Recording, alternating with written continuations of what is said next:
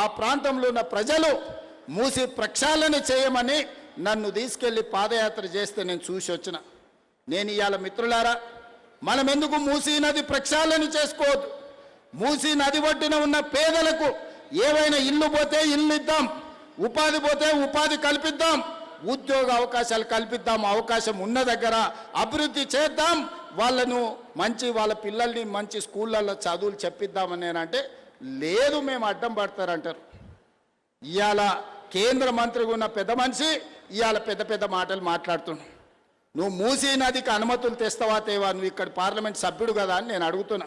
అదేవిధంగా ఒకనాడు ఢిల్లీ తర్వాత మెట్రో మనది 2వ స్థానంలో ఉండే, ఇవాళ 9వ స్థానానికి పడిపోయినాం.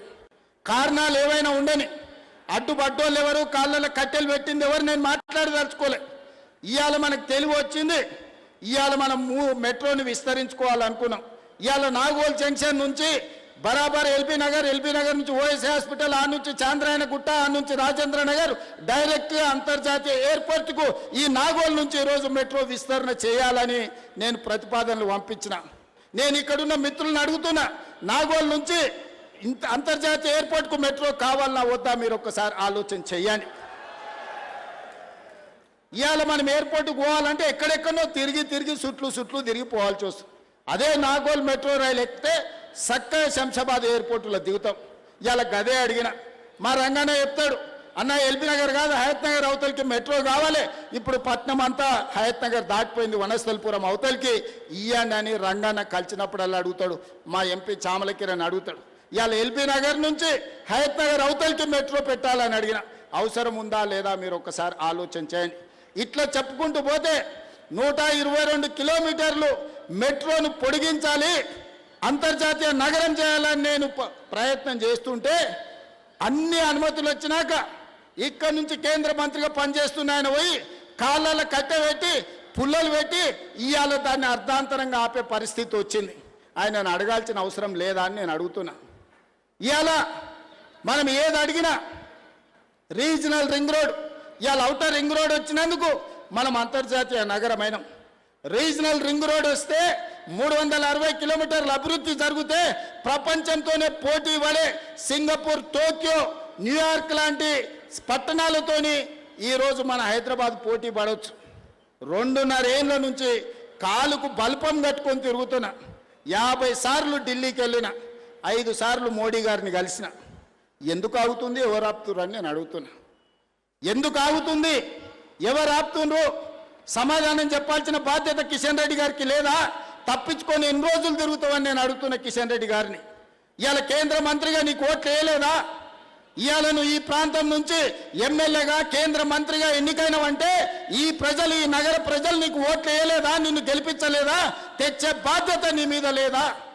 మూసీ నదికి నిధులు తేవాల్సిన బాధ్యత, మెట్రోకు అనుమతులు తేవాల్సిన బాధ్యత, రీజనల్ రింగ్ రోడ్డును నిర్మించాల్సిన బాధ్యత మీకు లేదా? ఇవాళ తెలంగాణ రాష్ట్రంలో రైతులు పండించిన వడ్లు 75 లక్షల మెట్రిక్ టన్నులు తెలంగాణ రాష్ట్రం కొన్నది.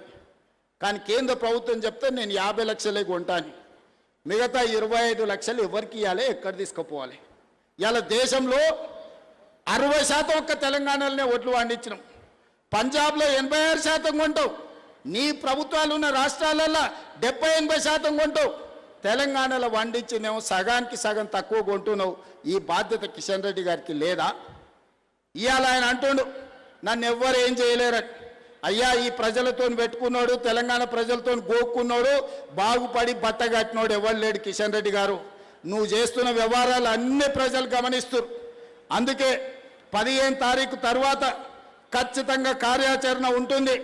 మెట్రో రావాల్సిందే, RRRకు అనుమతులు ఇవ్వాల్సిందే, మూసి ప్రకటన జరగాల్సిందే, నువ్వు పండించిన వడ్లు, మొక్కలు, జొన్నలు కొనాల్సిందే. ఈ అన్నిటికీ నువ్వు సహకరించకపోతే బరాబర్ నీ సంగతి చెప్తాం. మళ్ళోసారి నేను చెప్పదలుచుకున్నా వారికి. వారు అంటారు నేను పుట్టింది ఇంట్లోనే, నేను చచ్చేది ఇంట్లోనే. కరెక్టే, నువ్వు అందులోనే ఉంటావు, చీకట్లో యువతలతో సహకారం తీసుకుంటావు. నువ్వు నీ పార్టీకి ఎప్పుడైనా పనిచేసినావు? నీ కార్యకర్తలే చెప్తారు, సార్ మా సార్ బీజేపీలో ఉంటాడు కానీ మొత్తం బీఆర్ఎస్ వాళ్ళతోనే మాట్లాడుతుంటాడు, కేటీఆర్ చెప్పినట్టే వింటాడు మా సార్ అని నీ సొంత పార్టీ వాళ్ళు చెప్తారు. నీకు పార్టీ మారే అవసరమే ఉంది నాయన. ఉన్న దాంట్లో ఉంటావు, పక్క దాంట్లో తింటావు. దొంగది కాదు దొడ్లకు రాదని వెనకటికి ఎవడో చెప్పిండు. గట్లనే ఉంది నీ కథ. అందుకే ఉపన్యాసాలు ఆపు కిషన్ రెడ్డి గారు.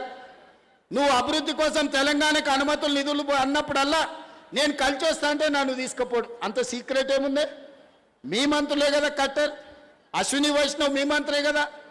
ఏ మంత్రి అయినా మీ కేంద్ర మంత్రికి నేను కూడా నీతో పాటు వస్తా అని చెప్పిన. ఒక్క రోజన్నా నన్ను ఎంబడి ఉండి తీసుకెళ్ళిండా? ఈరోజు గోదావరి జలాలను అనుమతి తెచ్చుకోవడానికి తుమ్మిడిఎట్టి దగ్గర ప్రాజెక్టు ప్రాణహిత చేవెళ్ళ కట్టుకోవడానికి మహారాష్ట్ర ముఖ్యమంత్రి తప్పించుకొని తిరుగుతుండు.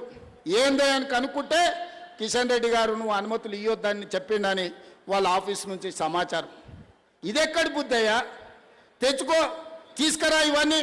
తుమ్మిడిఎట్టి అనుమతి, మెట్రో అనుమతి తీసుకురా, రీజనల్ రింగ్ రోడ్డు తీసుకురా, మూసి ప్రక్షాళనకు నిధులు తీసుకురా, ఒట్లని కొను. నిన్నే ఎల్పీ స్టేడియంలో 1,00,000 మందిని పిలిచి పెద్ద ఎత్తున శాల్వ కప్పి గంట పెండారం తొడుగుతాం నీకే. మేము అందరం కలిసి మా కార్యకర్తలు అందరూ కలిసి తెలంగాణకు సహకారం అందించు కిషన్ రెడ్డి గారు. చీకట్ల వాళ్ళతో గూడి పుటాని చేయకు. ప్రజలేమో అమాయకులు కాదు.